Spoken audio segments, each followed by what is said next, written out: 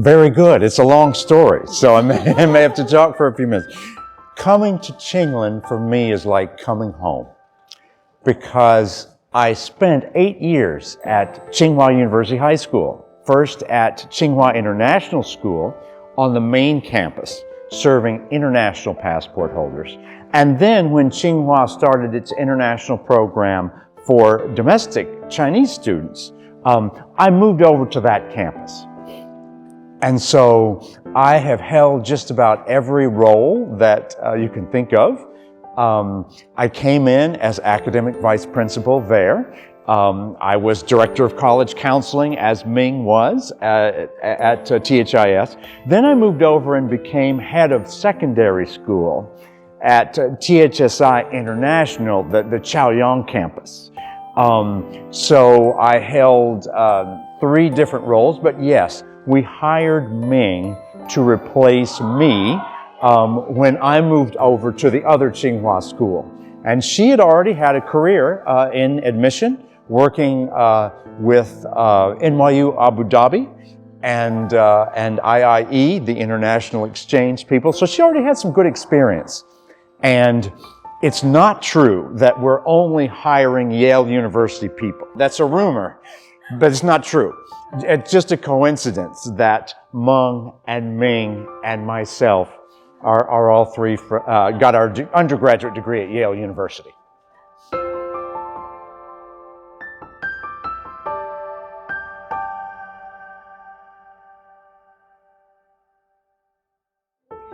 They were very kind to come to Kunming and visit me and let me know that the time I was watching Tsinglan. I've been watching Tsinglan since its beginning. And the timing has to be right when you take a new job. And I knew in the first few years that my background, I've done a lot of things, but university application is the thing that I've focused on always. When you do other things, you also do university admission. And so now is the time when Tsinglan is having applicants to universities coming in the next few years. So I thought the time was right for me to come. But Principal Wong and I did quite a bit of important work, I think, because going back in history, I first came to China in 2008. I was, for 2 years, I was at the high school affiliate to Nanjing Normal University. But came to Tsinghua in 2010. Still very early days of these international divisions sending students to the United States and other Western countries. And so we, I don't want to be immodest, but he and I worked together to play a significant role, I think, in those early days. We created something called the East Meets West Conference. And I believe Tsinglan hosted one. Maybe it's the 7th or 8th now.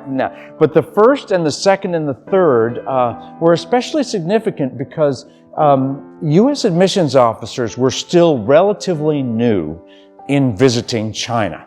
They were learning, and they had more questions. They were more interested in the details. So Principal Wong and I hosted admissions officers from Princeton and Cornell and Northwestern University, Duke University, and many other famous universities, in which we had discussions about how Chinese schools can essentially fit into the American admission process and have understanding on both sides, helping the admissions officers understand schools in China and some of the things that might confuse them when they're reading the applications. And then on the other hand, the admissions officers talk to us about the Western practices related to admission and helped us understand how our schools could understand the right procedures for helping students apply to universities. So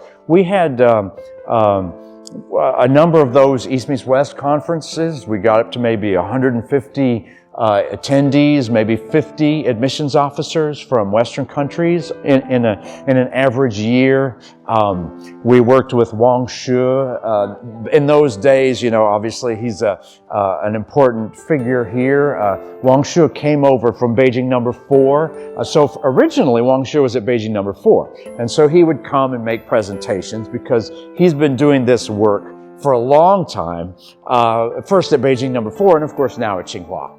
So all of us have worked together through the years, and so it's good to be among people I know. That's right, yeah. I was there for 8 years, and then for the last 3 years I've been in Kunming, but still watching Tsinglan from a distance.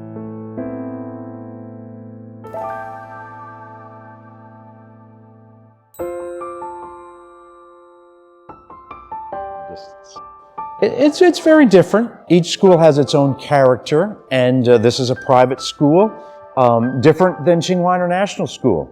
They're all have similarities and differences. I think it's amazing how far this school has come in such a short time. This school will be the 4th one that I've worked with as it begins to have its first university applicants, so very early in the school's history. There are always growing pains. Things are never perfect right from the day that you open the school. And so I can think back to each of those schools. Tsinghua International School, for instance, it's been enormously successful. But in those early years, I can tell you, there were some problems.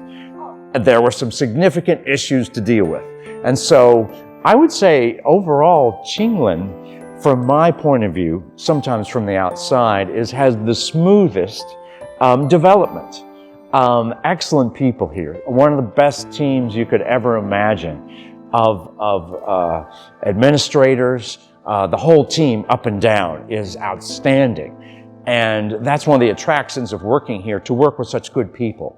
But I think that's the reason why Tsinglan has encountered fewer difficulties than many of the other schools. But obviously, when you're creating something as complicated as a big school like this, there are going to be some challenges.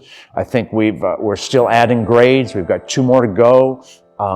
That will introduce new complications. So we're going to be working on it, and we want, hopefully people can have patience that we're continuing to develop as I come on.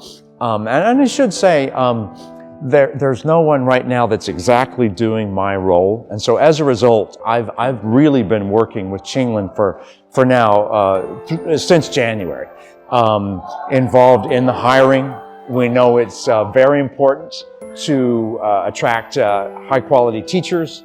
One of the most important jobs for a school. I've been trying to assist in that, working with Meng Li, the Director of Studies, on some curriculum issues as we plan for grades 11 and 12. Of course, working with Meng Wing on the application front. We've all been in communication about those various things. So lots of work to do.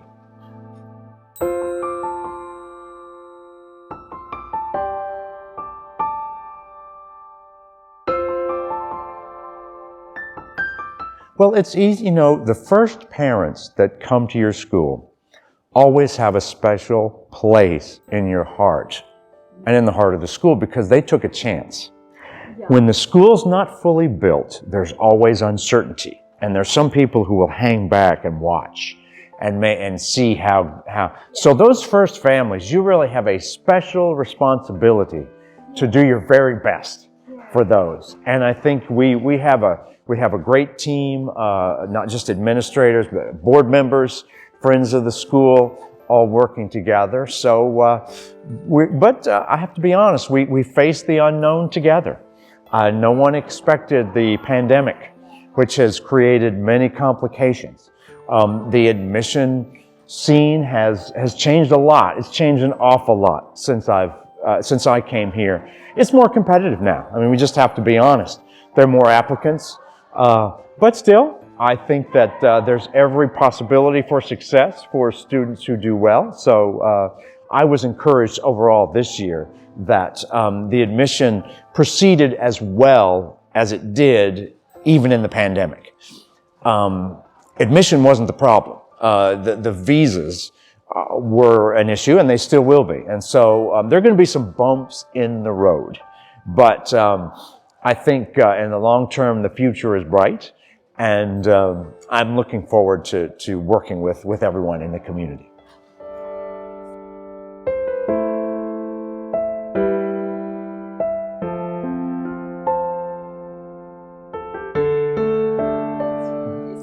Okay, that's okay. Yeah, you know, there are different things. I think building an academic program that allows students to become active, proactive, critical thinkers who are confident in seeking challenges, taking leadership. That's not always the same as preparing for tests. And preparing for tests is very important. There's more than one goal in a school. And so along with that, making sure that the students can speak confidently about their ideas, can write confidently. The U.S. admission process in particular is what we call holistic. And what that means is that tests are important, but the whole person is also important. Digital interviews have become more important, where the candidate speaks like I am now, and the interview is filmed. And then it goes directly into the admissions officer reading. The people who design the software that the admissions officers use to read all their applications have an agreement with the interview companies to send the interview directly into their interface. And so it varies. And some universities care a lot about that, others not so much. So knowing which one cares about which. But in order to do well in that setting, you need to be able to have interesting ideas and talk about them. And so, of course, personal statements is another variation on that. Activities, we're still building the activity program. And of course, there's a balance. We can't neglect academic study, A-level, AP, and all the other courses that the students are taking, making sure the students have every opportunity to do well on those exams is probably the most. If I had to pick one thing, obviously that's something that everybody cares an awful lot about. We're preparing them for life, not just for the university process, and so both of those are very important.